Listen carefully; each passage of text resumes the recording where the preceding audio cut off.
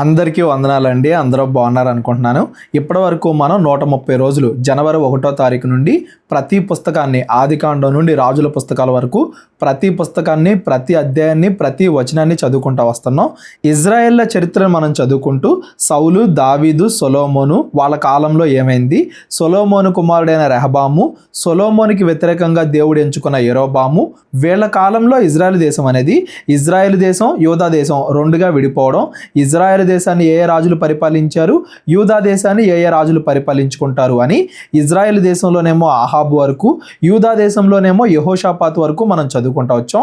ఇజ్రాయేలు రాజైన ఆహాబు చనిపోయిన తర్వాత ఏం జరుగుతుంది అనే విషయాన్ని ఈ రెండో రాజుల పుస్తకం నుండి చదువుకుంటూ వెళ్దాం. రాజుల మొదటి పుస్తకం, రాజుల రెండో పుస్తకం, ఈ రెండు కూడా ఒకటే గ్రంథం. మనం చదువుకోవడానికి ఈజీగా ఉంటుంది అన్న ఉద్దేశంతో దీన్ని రెండుగా విభజించారు. మొదటి రాజుల పుస్తకంలో మనం ఎక్కడి వరకు అయితే చదువుకున్నామో అక్కడ నుండి కంటిన్యూ చేసుకుందాం. ఆహాబు చనిపోయాడని మనం చదువుకున్నాం కదా ముందు వీడియోలో. ఆహాబు చనిపోయిన తర్వాత ఏం జరుగుతుంది అనే విషయాన్ని ఈ రాజుల రెండో గ్రంథం 1వ అధ్యాయం నుండి మనం చదువుకుంటూ వెళ్దాం. ఆహాబు మరణమైన తరువాత మోయాబీలు ఇజ్రాయేలు వారి మీద తిరగబడిరి. ఆహాబు ఎవరి చేతిలో చనిపోయాడు? సిరియా రాజైన బెన్హదద్ సైన్యంతో యుద్ధం జరుగుతున్నప్పుడు ఆ యుద్ధంలో ఆహాబు చనిపోయాడు. ఇజ్రాయేలీల రాజు చనిపోయాడు కదా అని చెప్పేసి ఇదే కొంచెం బలహీనమైన సమయం, మనం ఇజ్రాయెల్ దేశాన్ని ఆక్రమించుకోవచ్చు అని చెప్పి మోయాబీలు ఇజ్రాయెల్ మీదకి దాడి చేస్తున్నారు. ఈ మోయాబీలు ఆహాబుతో అంతకుముందు కలిసే ఉండేవాళ్ళు, పన్నుగాడతాం అలాగా మిత్ర రాజ్యాలలాగానే. ఎప్పుడైతే ఆహాబు చనిపోయాడో ఇదే మంచి సమయం ఇజ్రాయెల్ దేశాన్ని ఆక్రమించుకోవడానికి అన్నట్టుగా ఇజ్రాయెల్ మీద తిరగబడ్డారు, దాడి చేస్తున్నారు. అహజ్యా షోమ్రోన్లోనున్న తన మేడగది కిటికీలో నుండి కింద పడి రోగి అయి, మీరు ఎక్రోను దేవతయగు బయల్జెబూబు వద్దకు పోయి ఈ వ్యాధి పోగొట్టుకొని నేను స్వస్థపడుదునో లేదో విచారించుడి అని దూతలను పంపగా. ఆహాబు చనిపోయిన తర్వాత ఆహాబు కుమారుడైన అహజ్యా రాజయ్యాడు. ఈ అహజ్యా కూడా ఆహాబు యెజెబెలు వలె చెడుతనం కలిగిన వాడు, విగ్రహారాధన చేసేవాడు అని మనం చదువుకున్నాం. ఒకానొక సమయంలో ఈ ఆహాజ్ ఏం చేశాడు? ప్రమాదవశాత్తు మేడగది కిటికీలో నుండి కింద పడిపోయాడు. ఎలాగో విగ్రహారాధన చేయడం అలవాటు కాబట్టి ఆహాబు యెజెబెలు కాలంలో ఉన్న విగ్రహాలు కాకుండా ఒక కొత్త విగ్రహం, ఎక్రోను దేవత అయిన బయల్జెబూబు, ఒక కొత్త విగ్రహాన్ని ఇజ్రాయెల్ దేశానికి పరిచయం చేస్తున్నాడు. అక్కడికి వెళ్ళి ఆ దేవత యొక్క ప్రవక్తల్ని మీరు అడగండి, నా రోగం పోగొట్టమని అని చెప్పి తన దూతల్ని పంపిస్తున్నాడు. యెహోవా దూత తిప్షీయుడైన ఏలియాతో ఈలాగు సెలవిచ్చెను. అంతకుముందు ఆహాబుని యెజెబెల్ని గద్దించాడు కదా ఏలియా, ఇప్పుడు ఆహాబు కుమారుడైన అహజ్యాని గద్దించడానికి కూడా మరలా వస్తున్నాడు అని దాని అర్థం. నీవు లేచి షోమ్రోను రాజు పంపిన దూతలను ఎదుర్కొనబోయి ఇట్లనుము, ఇజ్రాయేలు వారిలో దేవుడన్నవాడు లేడు అనుకుని ఎక్రోను దేవత అయిన బయల్జెబూబు వద్ద నీవు విచారణ చేయబోచున్నావా? ఇజ్రాయేల్లో ప్రవక్తలు లేరా? ఇజ్రాయేలు దేవుడు లేడా? నీకు మళ్ళీ కొత్త విగ్రహం కావాల్సి వచ్చిందా? ఆహాబు యెజెబెలు చాలా విగ్రహారాధన అలవాటు చేశారు కదా ఇజ్రాయేల్ ప్రజలకే, అది సరిపోదా అన్నట్టుగా దేవుడు ఏలియాని పంపించి ఆ అహజ్యా యొక్క దూతల్ని ఆపుతున్నాడు. అంటే ఈ కొత్త విగ్రహం అనేది మరలా ఇజ్రాయేలీలకు అంటకుండా దేవుడు అడ్డుకుంటున్నాడు అని దాని అర్థం. కాగా యెహోవా సెలవిచ్చినదేమనగా, నీవెక్కిన మంచం మీద నుండి దిగిరాకుండా నీవు నిశ్చయముగా మరణమగుదువు అని ఏలియా వారితో చెప్పి వెళ్ళిపోయాను. ఆ దూతలతో మీ రాజుకి రోగం నయమవదో అతడు చచ్చిపోతాడని చెప్పి ఏలియా చెప్పాడు. ప్రమాదవశాత్తు రోగం వచ్చినా కానీ అహజ్యాకి ఒకవేళ దేవుడి ప్రవక్తలను అడుగుంటే దేవుడు సహాయం చేసేవాడేమో. ఆహాబు చెడ్డవాడైనప్పటికీ ఆహాబుకు దేవుడు సహాయం చేయలేదా? మీరు ఇజ్రాయేలు దేవుడైన యెహోవా దగ్గరికి వెళ్లకుండా మరలా విగ్రహారాధన దగ్గరికి వెళ్తున్నారు, విగ్రహారాధన మరలా ప్రజలకు అలవాటు చేస్తున్నారు. బయట నుండేమో మోయాబీలు యుద్ధానికి వస్తున్నారు, లోపల నుండేమో నువ్వు రోగి అయి ఉన్నావు. ఇజ్రాయేల్కి ఇన్ని సమస్యలు ఉన్నప్పుడు మరలా కొత్త విగ్రహాన్ని నువ్వు తీసుకొస్తున్నావు, ఇలా పాపం చేస్తున్నావు, నువ్వు ఖచ్చితంగా చనిపోతావు, నీ మంచం మీద చనిపోతావు, నీ రోగం నీకు నయమవదు అన్నట్టుగా ఏలియా అహజ్యా యొక్క దూతలతో చెప్పాడు. తరువాత ఆ దూతలు రాజునొద్దకు వచ్చిరి. మీరెందుకు తిరిగి వచ్చిత్రి అని అతడు వారిని అడగ్గా, వెళ్ళమన్నాను కదా ఆ దేవత దగ్గరికి, మీరు మళ్ళీ వెంటనే వచ్చారేంటి అని చెప్పగా, వారు ఒక మనుష్యుడు మాకు ఎదురుపడి మిమ్మును పంపిన రాజునొద్దకు తిరిగిపోయి అతనికి ఈ సంగతి తెలియజేయుడి. యెహోవా సెలవిచ్చినదేమనగా, ఇజ్రాయేలీల్లో దేవుడన్నవాడు లేడు అనుకొని ఎక్రోను దేవతయగు బయల్జెబూబు వద్ద విచారణ చేయుటకు నీవు దూతలను పంపుచున్నావే. నీ వెక్కిన మంచం మీద నుండి దిగిరాకుండా నిశ్చయముగా నీవు మరణమగుదువు అని అతడు పలికెనని వారు చెప్పగా.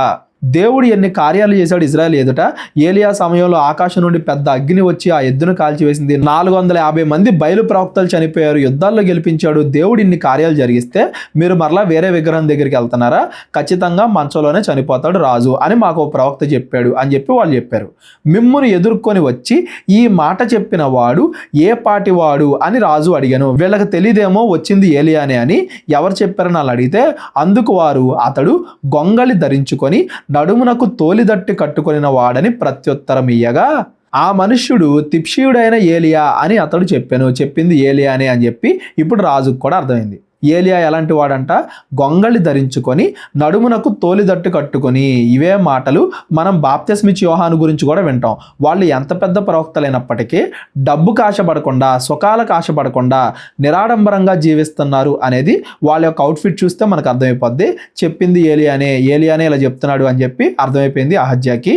అప్పటికే యెజబెల్ కూడా ఉంది అక్కడ. ఆహాబు చనిపోయాడు కానీ యెజబెల్ చనిపోలేదు కదా. ఆవిడ కూడా ఇంకా నూరు పోసి ఉంటుంది. నువ్వు చనిపోతావు అని ఏలియా చెప్పినందుకు ఆ అహజ్యా కోప్పడి ఇప్పుడు ఏం చేస్తున్నాడు? వెంటనే రాజు 50 మందికి అధిపతి అయిన ఒకనిని వాని 50 మందితో కూడా ఏలియా యొద్దకు పంపించెను. ఆ ఏలియాని బంధించి తీసుకురండి అని చెప్పి పంపాడు.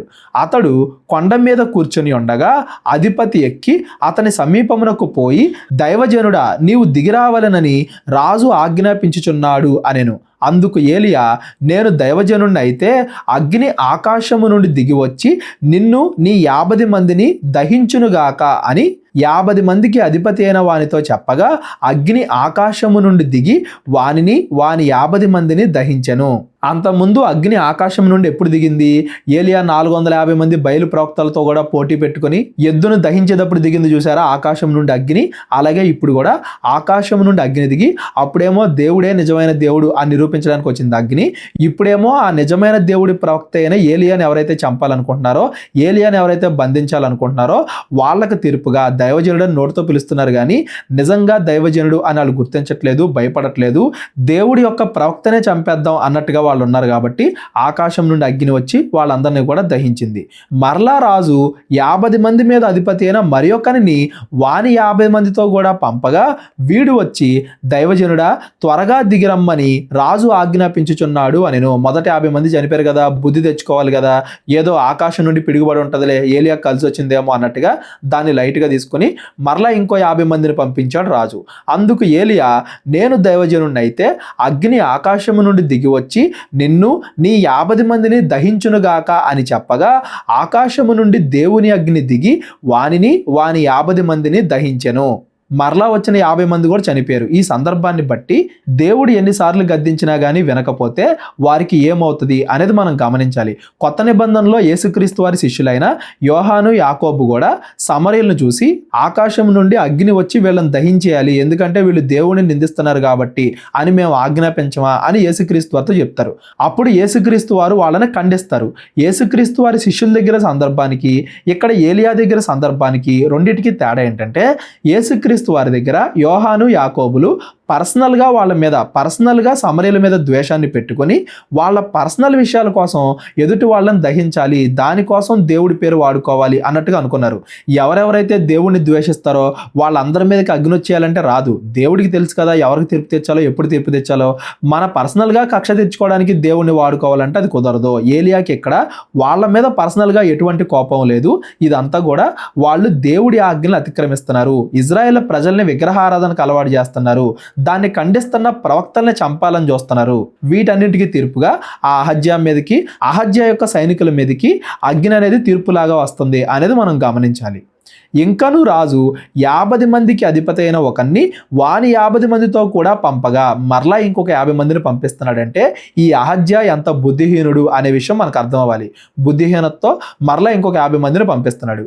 50 మంది మీద అధిపతి అయిన ఆ 3వ వాడు వచ్చి ఏలియా ఎదుట మోకాళ్ళుని, దైవజనుడా, దయచేసి నా ప్రాణమును నీ దాసులైన ఈ 50 మంది ప్రాణములను నీ దృష్టికి ప్రియమైనవిగా ఉండనిమ్ము, చిత్తగించుము. ఆకాశము నుండి అగ్ని దిగి వెనుకటి పంచదశాధిపతులను ఇద్దరిని వాని 50 మందితో కూడా దహించెను. అయితే నా ప్రాణము నీ దృష్టికి ప్రియమైనదిగా ఉండనిమ్ము అని మనవి చేయగా ఏదో రాజు ఆజ్ఞాపించాడని నేను నీ దగ్గరికి వచ్చానే కానీ నిన్ను పట్టుకోవడానికి వచ్చానే కానీ నీ మీద మాకు ఎటువంటి చెడు ఉద్దేశము లేదు అన్నట్టుగా దైవజనుడా అని పిలవడమే కాదు, దాన్ని క్రియల్లో కూడా చూపిస్తున్నాడు. మోకాళ్ళుని అంటే వినయం చూపిస్తున్నాడు, భక్తి చూపిస్తున్నాడు. అలాగే నేను రాజు పంపించాడు కాబట్టి వచ్చాం, మా డ్యూటీ చేయడానికి వచ్చామే కానీ దేవుడి మీద నమ్మకంతోనే మేము ఉన్నాం అని చెప్పి మనవి చేసుకునేసరికి ఇతడు మంచివాడు కాబట్టి దేవుడు ఇతను కూడా శిక్షించకూడదు కాబట్టి దేవుడు ఏం చేస్తున్నాడు, యెహోవా దూత వానికి భయపడక వానితో కూడా దిగిపోమ్మని ఏలియాకు సెలవిచ్చాను గనక అతడు లేచి వానితో కూడా రాజునొద్దకు వచ్చాను. ఈసారి దేవుడు చెప్పాడు కాబట్టి వీళ్ళు ఎలాగో వినయంగా అడిగారు కాబట్టి వాళ్ళలో ఏ తప్పు లేదు కాబట్టి దేవుడు ఏలియాని వెళ్ళమన్నాడు, ఏలియాకి తోడుగా ఉంటానన్నాడు. ఏలియా రాజునొద్దకు వచ్చాడు. అంతకుముందు ఏలియా యజబేలు ఆహాబుకు భయపడి పారిపోయాడు. ఆ తర్వాత దేవుడు మరలా ధైర్యాన్ని ఇచ్చాడు, మరలా ఆహాబు దగ్గరికి పంపించాడు, నాబోత్ తోట విషయంలో గద్దించాడు. ఇవన్నీ కూడా మనం చదువుకున్నాం కదా. భయం లేకుండా రాజైనా కానీ భయపడకుండా ఏలియా ధైర్యాన్ని తెచ్చుకొని వాళ్ళందరినీ కూడా గద్దిస్తున్నాడు అని దాని అర్థం.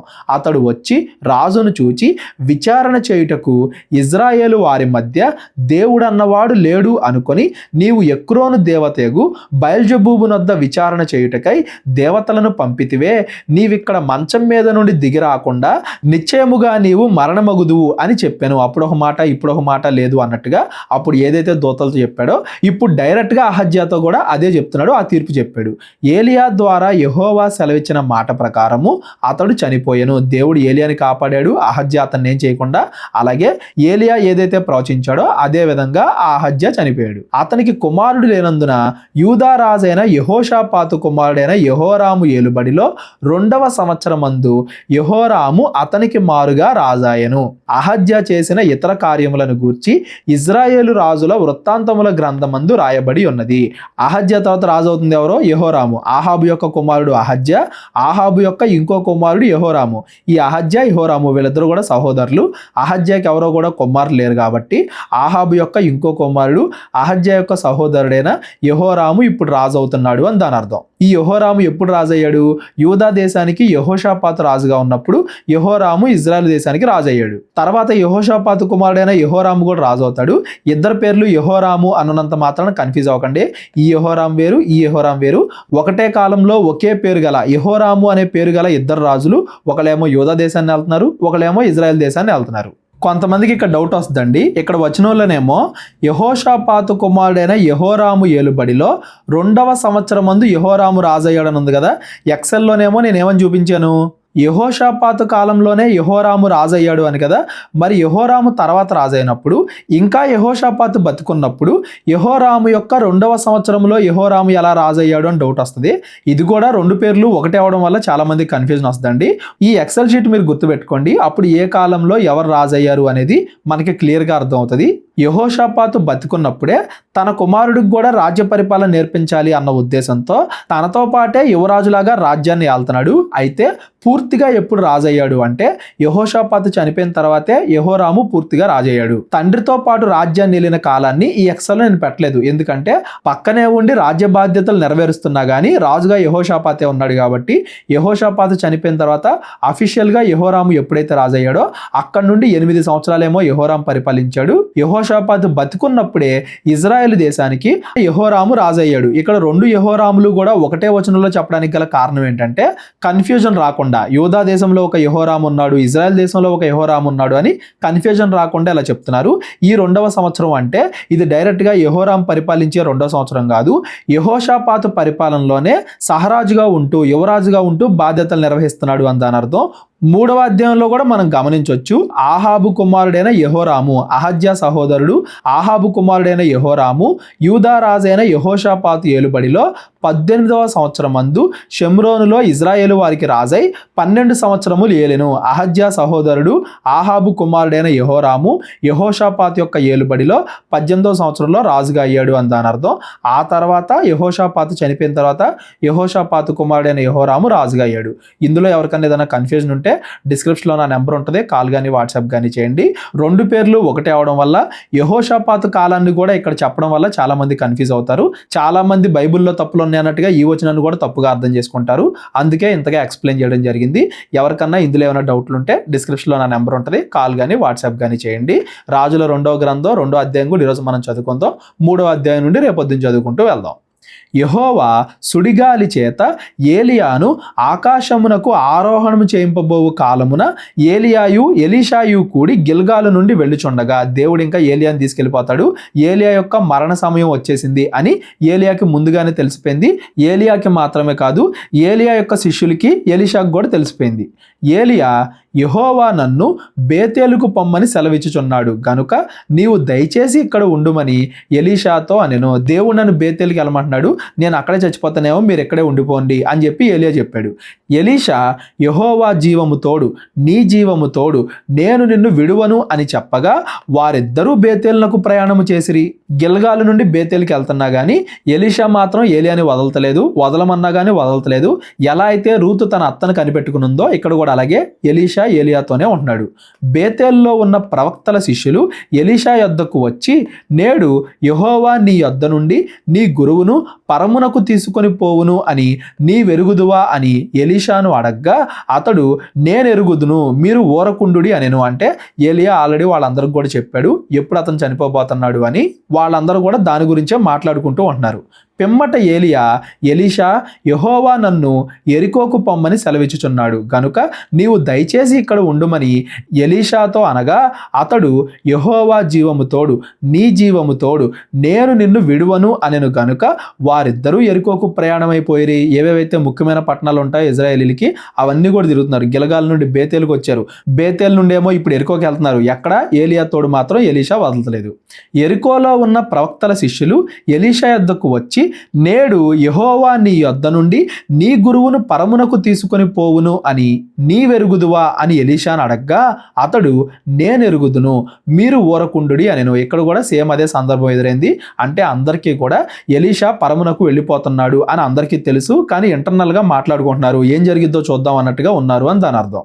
అంతట ఏలియా యెహోవా నన్ను యోర్దానుకు పొమ్మని సెలవిచ్చి ఉన్నాడు గనుక నీవు దయచేసి ఇక్కడ ఉండుమని ఎలీషాతో అనగా అతడు యెహోవా జీవము తోడు నీ జీవము తోడు నేను నిన్ను విడువను అని చెప్పాను గనుక వారిద్దరూ ప్రయాణమై సాగిరి. అక్కడి నుంచి మరలా యోర్దానికి వెళ్తున్నారు.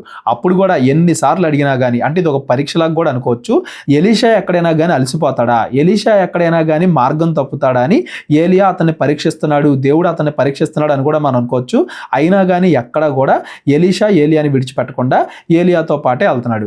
ప్రవక్తల శిష్యుల్లో 50 మంది దూరమున నిలిచి చూచుచుండగా వారిద్దరూ యోర్దాన్ నది దగ్గర నిలిచిరి. యోర్దాన్ నది దగ్గరికి వచ్చారు, వీళ్ళిద్దరూ ఒక చోట ఉన్నారు, వీళ్ళకి కొంచెం దూరంగా 50 మంది ఆ ప్రవక్త శిష్యులు ఉన్నారు. అంతటా ఏలియా తన దుప్పటి తీసుకొని మడత పెట్టి నీటి మీద కొట్టగా అది యువతలకు అవతలకు విడిపోయెను గనుక వారిద్దరూ పొడి నేల మీద దాటిపోయిరి. ఎలా అయితే మోషే నీళ్లను గోడల్లాగా నిలబెట్టాడో ఇక్కడ ఏలియా కూడా ఆ నీళ్లను వేరు చేస్తున్నారు. వాళ్ళిద్దరూ కూడా పొడి నేల మీద ఆ యోర్దాన్ నది దాటారు. నిజంగా వీళ్ళు దేవుడి ప్రవక్తలే అంటానికి ఇవన్నీ కూడా గుర్తులు. మోషే ఏదైతే చేశాడో యెహోషువ అదే చేశాడు, యెహోషువ ఏదైతే చేశాడో ఇక్కడ ఏలియా కూడా అదే చేస్తున్నాడు అని దాని అర్థం. ఇప్పుడు నదికి అవతలేమో వీళ్ళిద్దరు ఉన్నారు, ఏలియా ఎలీషా, నదికి అవతలేమో ఆ 50 మంది శిష్యులు ఉన్నారు. వారు దాటిపోయిన తరువాత ఏలియా ఎలీషాను చూచి, నేను నీ యొద్ద నుండి తీయబడక మునుపు నీ కొరకు నేనేమి చేయకూడదునో దాన్ని అడుగుమని చెప్పగా, నీకేం కావాలో అడుగు అని చెప్పగా ఎలీషా నీకు కలిగిన ఆత్మలో 2 పాళ్ళు నా మీదికి వచ్చినట్లు దయచేయుము అనెను. ఆత్మలో 2 పాళ్ళు అంటే దాని ఉద్దేశం ఏంటంటే పాతకాలంలో ఎవరైనా ఒక వ్యక్తి ఉండి వాళ్ళ యొక్క కుమారుల్లో జ్యేష్ఠ కుమారుడికి 2 పాళ్ళు భాగం ఇస్తారు, మిగిలిన దాన్ని మిగతా కుమారులకి పంచుతారు. ఇక్కడ ఏలియా యొక్క ఆత్మలో 2 పాళ్ళు నాకు కావాలి అని ఎలీషా అడుగుతున్నాడు. అంటే నీ యొక్క ఆత్మీయమైన వారసుడిగా నన్ను గుర్తించు, దేవుడు నిన్ను ఎలా అయితే వాడుకున్నాడో నన్ను కూడా దేవుడు అలాగే వాడుకోవాలి, నీ తర్వాత నీ ఆత్మీయ వారసుడిగా దేవుడు నన్ను వాడుకోవాలి అని ఎలీషా ఏలియాను అడుగుతున్నాడు అని దాని అర్థం. అందుకతడు నీవు అడిగినది కష్టతరముగా ఉన్నది.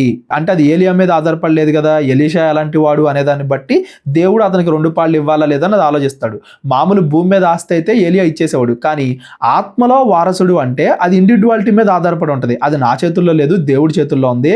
నువ్వు అడిగింది కష్టమే, అయితే నీ యొద్ద నుండి తీయబడినప్పుడు నేను నీకు కనబడిన ఎడల ఆ ప్రకారము నీకు లభించును, కనబడని ఎడల అది కాకపోవును అని చెప్పాను. అంటే ఇది నా చేతుల్లో లేదు, దేవుడి చేతిలో ఉంది.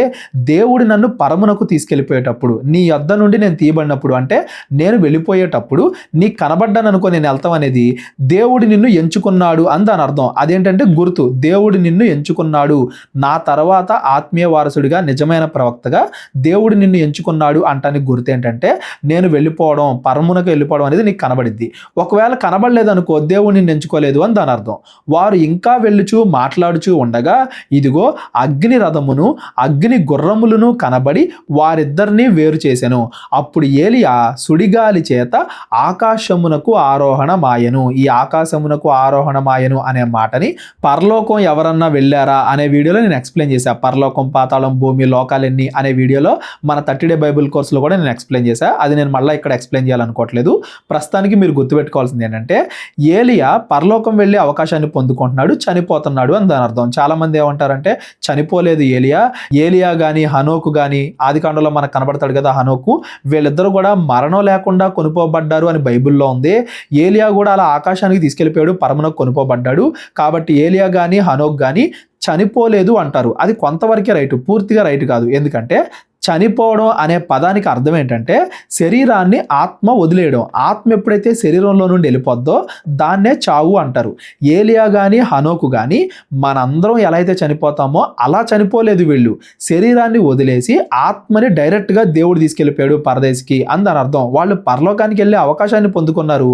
వాళ్ళ శరీరం అనేది భూమి మీదే ఉంది. ఎందుకు భూమి మీదే ఉంది అని నేను చెప్తున్నానంటే యేసుక్రీస్తు వారు రెండవసారి వచ్చినప్పుడు ఈ శరీరాలన్నింటినీ కూడా మహిమా శరీరాలుగా మార్చి ఆయన మనకిస్తాను అని వాగ్దానం చేశాడు. కాబట్టి మహిమా శరీరాన్ని పొందుకున్న మొట్టమొదటి వ్యక్తి యేసుక్రీస్తు వారు. కాబట్టి ఇక్కడ ఏలియానే తన శరీరం మహిమా శరీరంగా మార్చేసుకుంటే అక్కడ హనోకే తన శరీరం మహిమా శరీరంగా మార్చబడి పరలోకం వెళ్తే వీళ్ళే మొట్టమొదటి వ్యక్తులు అవుతారు కదా. అప్పుడు యేసుక్రీస్తు మొట్టమొదటి వ్యక్తి అవ్వడు కదా. దీని గురించి నేను ఆల్రెడీ చాలా వీడియోలు చేశాను. ఎవరికైనా ఏదైనా డౌట్ ఉంటే డిస్క్రిప్షన్లో నా నెంబర్ ఉంటుంది, కాల్ కానీ వాట్సాప్ కానీ చేయండి. ఇక్కడ ఏలియా అయినా ఆదికాండంలో హనోక్ అయినా వీళ్ళు మనం పొందుకునే మరణాన్ని పొందుకోలేదు. మనం ఎలా పొందుకుంటాం? యాక్సిడెంట్లో చచ్చిపోతాం, లేదా రోగం వచ్చి చచ్చిపోతాం, లేదా ఎవరైనా చంపితే చనిపోతాం, లేదా ముసలివాళ్ళం అయిపోయి చచ్చిపోతాం. మనం చనిపోయినట్టుగా వీళ్ళు చనిపోలేదు. అయితే వాళ్ళ దేహాన్ని వదిలిపెట్టి వాళ్ళ ఆత్మని దేవుడు తీసుకెళ్ళిపోయాడు. వాళ్ళు పరలోకం వెళ్ళే అవకాశాన్ని పొందుకున్నారు అని దాని అర్థం. మనం చనిపోయే రీతిలో వాళ్ళు చనిపోలేదు, కానీ వాళ్ళ శరీరాన్ని వాళ్ళు విడిచిపెట్టేసి ఆత్మ దేవుడి దగ్గరికి వెళ్ళిపోయింది అని దాని అర్థం. వాళ్ళ శరీరాలు ఎక్కడ ఉన్నాయి అనేది ఎవరికీ తెలియదు. హనోకు శరీరం ఎక్కడుందో తెలియదు, మోషే శరీరం ఎక్కడుందో తెలియదు, ఏలియా యొక్క శరీరం ఎక్కడుందో తెలియదు, కానీ భూమి మీదే ఉంది. యేసుక్రీస్తు వారు రెండవసారి వచ్చినప్పుడు ఈ శరీరాలన్నీ కూడా మహిమా శరీరాలుగా మార్చబడతాయి అనేది మాత్రం మీరు గుర్తుపెట్టుకోండి. ఎవరికైనా కానీ ఇందులో ఏమైనా డౌట్స్ ఉంటే డిస్క్రిప్షన్లో నా నెంబర్ ఉంటుంది, కాల్ కానీ వాట్సాప్ కానీ చేయండి. ప్రస్తుతానికి ఇక్కడ ఏలియా చనిపోయాడు. మనం చనిపోయేలాగా చనిపోలేదు, అందరూ చనిపోయేలాగా చనిపోలేదు, కానీ శరీరాన్ని వదిలేసి వెళ్ళిపోయే చావు అలా చనిపోయాడు. ఏలియా చనిపోయాడు, ఎలీషా ఒక్కడు మాత్రమే మిగిలిన్నాడు. అయితే ఏలియాని దేవుడు ఎలా తీసుకెళ్తున్నాడు? ఎలీషాకు కనబడింది కదా, ఆ అగ్ని రథాలు, గుర్రాలు ఇవన్నీ కూడా ఎలీషాకు కనబడ్డాయి కదా. ఎలీషా అది చూచి నా తండ్రి ఇజ్రాయేలు వారికి రథములను రౌతులను నీవే అని కేకలు వేసాను. అంటే ఇజ్రాయేలీలకి గొప్ప లోటు, ఒక పెద్ద ప్రవక్త, మంచి ప్రవక్త చనిపోతున్నాడు అంటే అది ఇజ్రాయేలీలకి పెద్ద లోటు అని కేకలు వేస్తూ ఏడుస్తూ ఉన్నాడు. ఆ అగ్ని రథాలు, అగ్ని గుర్రాలు ఎలీషాకు కనబడ్డాయి అంటే దేవుడు ఏలియా తర్వాత అంత ప్రవక్తగా, ఏలియా యొక్క వారసుడిగా, ఆత్మీయ వారసుడిగా ఎలీషాని దేవుడు ఎంచుకున్నాడు అని దాని అర్థం. పైన ఏదైతే గుర్తు చెప్పాడో ఏలియా, ఆ గుర్తు ఇక్కడ నిజమవుతుంది. అంతలో ఏలియా అతనికి మరలా కనబడకపోయెను. అప్పుడు ఎలీషా తన వస్త్రమును పట్టుకొని 2 తొనకలుగా చేసెను. మరియు ఎలీషా దుప్పటి కింద పడగా అతడు దాన్ని తీసుకొని యోర్దాను ఒడ్డునకు వచ్చి నిలిచి ఒంటి మీద నుండి కింద పడిన ఆ దుప్పటి పట్టుకొని నీటి మీద కొట్టి ఏలియా యొక్క దేవుడైన యెహోవా ఎక్కడ ఉన్నాడు అనెను. అంటే గుర్తు చూపించాడు కదా దేవుడు ఏలియా తర్వాత ఎలీషా అనే ప్రవక్త అని. ఇప్పుడు మిగతా వాళ్ళందరికి కూడా సూచన అనమాట. ఫస్ట్ ఎలీషాకి చూపించాడు సూచన, ఇప్పుడు మిగతా వాళ్ళందరికీ, ఇంకా 50 మంది శిష్యులు ఉన్నారు కదా అక్కడ, వాళ్ళకు కూడా ఏలియా మీద ఉన్న ఆత్మ ఎలీషా మీదకి వచ్చింది. పరిశుద్ధాత్మ ఇప్పుడు ఎలీషా మీదకి కూడా వచ్చింది. ఏలియా తర్వాత ఎలీషానే ముఖ్యమైన ప్రవక్త అని మిగతా వాళ్ళందరూ కూడా అర్థమయ్యేలాగా అతడు ఆ దుప్పటితో నీటిని కొట్టగా అది ఇటు అటు విడిపోయినందున ఎలీషా అవతలి ఒడ్డునకు నడిచిపోయెను. మోషే ఎలా అయితే నీళ్లను పాయలు చేశాడో, యెహోషువ ఎలా అయితే నీళ్లను పాయలు చేశాడో, ఏలియా కూడా అలాగే చేశాడు, ఇప్పుడు ఎలీషా కూడా అలాగే చేశాడు. ఇవన్నీ కూడా పరిశుద్ధాత్మ వాళ్ళ మీద ఉంది, వాళ్ళు చెప్పేది జరుగుతుంది, వీళ్ళు నిజమైన ప్రవక్తలు అని మిగతా వాళ్ళందరికీ, ఆ ప్రవక్త శిష్యులందరికీ కూడా దేవుడు చూపించే గుర్తులు అనేది మనం గుర్తుపెట్టుకోవాలి. ఇక్కడతో ఈ 2వ అధ్యాయంతో ఏలియా కాలం అనేది ముగిసిపోయింది. ఈ 2వ రాజుల పుస్తకంలో మనం ఎలీషా గురించి మాట్లాడుకుంటాం.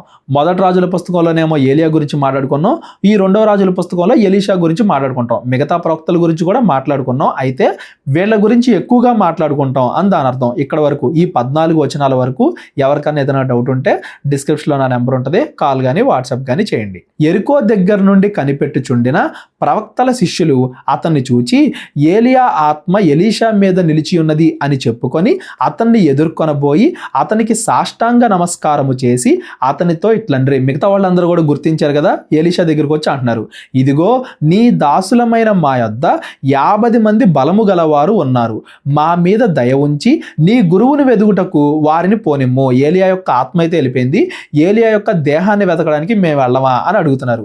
యెహోవా ఆత్మ అతనిని ఎత్తి ఒక పర్వతం మీదనైనను లోయ అందైనను వేసి ఉండునేమో అని మనవి చేయగా అతడు ఎవరిని పంపవద్దు పంపొద్దు అన్నాడు.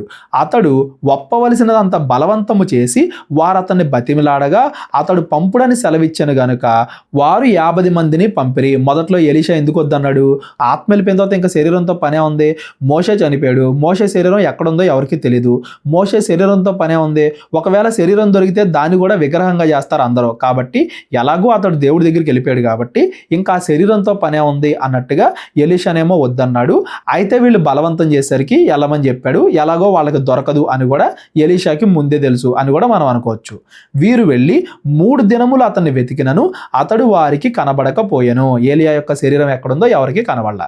వారు ఎరికో పట్టణమందు ఆగి ఉన్న ఎలీషా యొద్దకు తిరిగి రాగా అతడు వెళ్ళవద్దని నేను మీతో చెప్పలేదా అని వారితో అనెను. నాకు తెలుసు మీకు దొరకదు అని.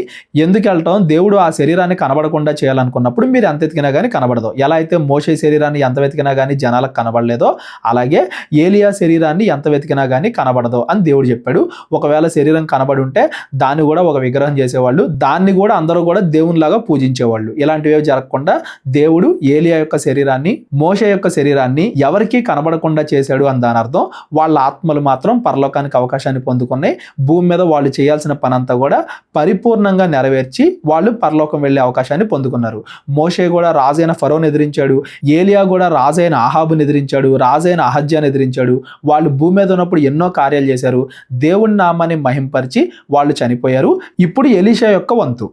అంతటా ఆ పట్టణపు వారు ఈ పట్టణమున్న చోటు రమ్యమైనది అని మా ఏలినవాడైన నీకు కనబడుచున్నది గాని నీళ్లు మంచివి కావు, అందుచేత భూమియు నిస్సారమై ఉన్నదని ఎలీషాతో అనగా, వాళ్ళున్న ప్లేస్లో నీళ్ళేమీ బాగోట్లేదంట, అవి నిస్సారమైనవి అంటే దేనికి కూడా పనికిరావు.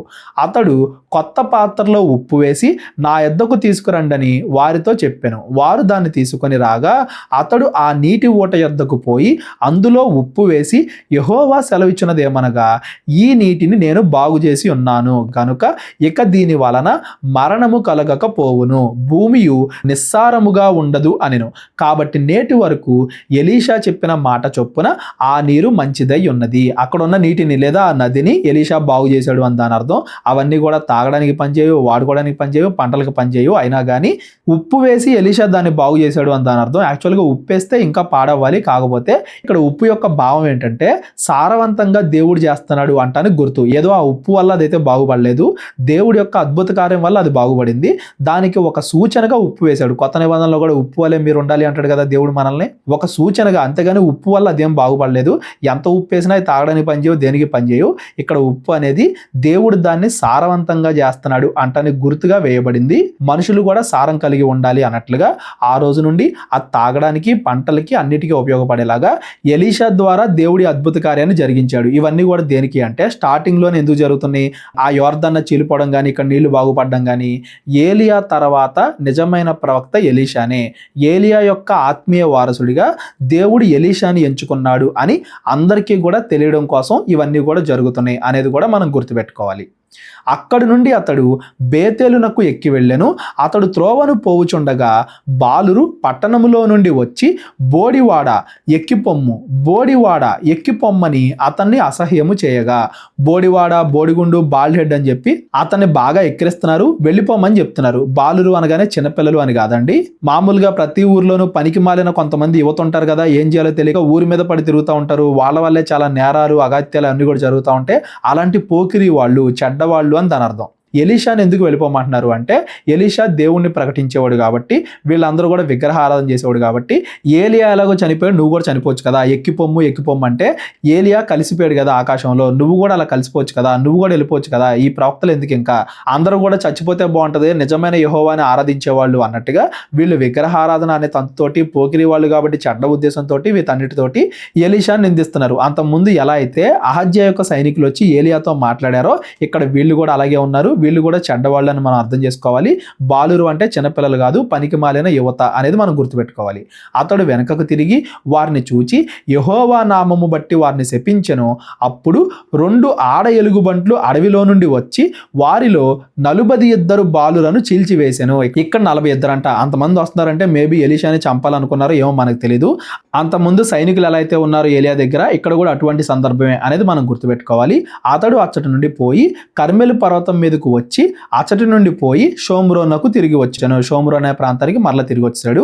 ఏలియా ఏవేవైతే చేశాడో అద్భుత కార్యాలు చేశాడు ఏలియా. ఎలీషా కూడా అలాగే నీళ్లను పాయలు చేశాడు. ఏలియా మిగతా వాళ్ళకి సహాయం చేశాడు. ఇక్కడ ఎలీషా కూడా నీళ్లను బాగు చేసి మిగతా వాళ్ళకి సహాయం చేశాడు. ఏలియా ఎవరైతే చెడ్డవాళ్ళు ఉంటారో వాళ్ళకి తీర్పు తీర్చాడు. ఆకాశం నుండి అగ్ని వచ్చింది. ఇక్కడ ఎలీషా కూడా చెడ్డవాళ్ళకి తీర్పు తీర్చాడు. ఏలియాకి ఎలీషాకి ఏమేమి రిలేషన్ ఉంది, ఏలియా చేసిన ఎటువంటి కార్యాలు ఎలీషా చేశాడు అనేది మనకు తెలియజేయడానికి ఈ 3 సందర్భాలు జరిగాయి. ఇవన్నీ కూడా వెంటనే జరిగాయని కాదు, కాకపోతే ఇవన్నీ కూడా ఎందుకు చెప్పారు అంటే, ఏలియా యొక్క నిజమైన వారసుడిగా దేవుడు ఎలీషాని ఎంచుకున్నాడు అనేది మనందరికీ కూడా తెలియబడడం కోసం. ఈ రోజు మనం చదివిన ఈ 1-2 అధ్యాయాలు, 2వ రాజులు 1-2 అధ్యాయాల్లో అహజ్యా, ఆహాబు కుమారుడైన అహజ్యా చనిపోవడం, అతడి సహోదరుడైన యెహోరాము రాజు కావడం, ఏలియా చనిపోయి ఏలియా యొక్క ఆత్మీయ వారసుడిగా ఎలీషా రావడం, ఏలియా కాలం అయిపోయింది, ప్రవక్తగా ఎలీషా కాలం మొదలైంది అనేది ఈరోజు మనం చదువుకున్నాం. రేపటి నుండి మనం రాజుల 2వ గ్రంథం 3వ అధ్యాయం నుండి చదువుకుంటూ వెళ్దాం. ఈ 2 అధ్యాయాల్లో ఎవరికైనా ఏదైనా డౌట్ ఉంటే డిస్క్రిప్షన్లో నా నెంబర్ ఉంటుంది, కాల్ కానీ వాట్సాప్ కానీ చేయండి. అందరికీ వందనాలు. మా పరిచయాన్ని జ్ఞాపకం చేసుకోండి. ప్రేరేపణ కలిగిన వాళ్ళు మీ కానుకల ద్వారా మమ్మల్ని బలపరచండి. దేవుడు మిమ్మల్ని అందరినీ కూడా దీవించి ఆశీర్వదించును గాక. అందరికీ వందనాలండి. కేవలం 30 వీడియోస్లో బైబిల్ నేర్చుకోండి అనే ఎంతో విలువైన ఈ కోర్స్ జస్ట్ ₹1 మీకు కావాలి అంటే మీ పేరు, మీ ఊరు ఈ నెంబర్కి వాట్సాప్ చేయండి. ఈ కోర్సులో ఏ విషయాలు ఉంటాయో ముందుగానే తెలుసుకోవడానికి ఈ వీడియో పాస్ చేసి టాపిక్స్ అన్ని చదువుకోండి. క్రైస్తవులందరూ ఈ బైబిల్ కోర్స్ వినాలి అని మేము కోరుకుంటున్నాం. అందరినీ దేవుడు దీవించును గాక. ఆమెన్.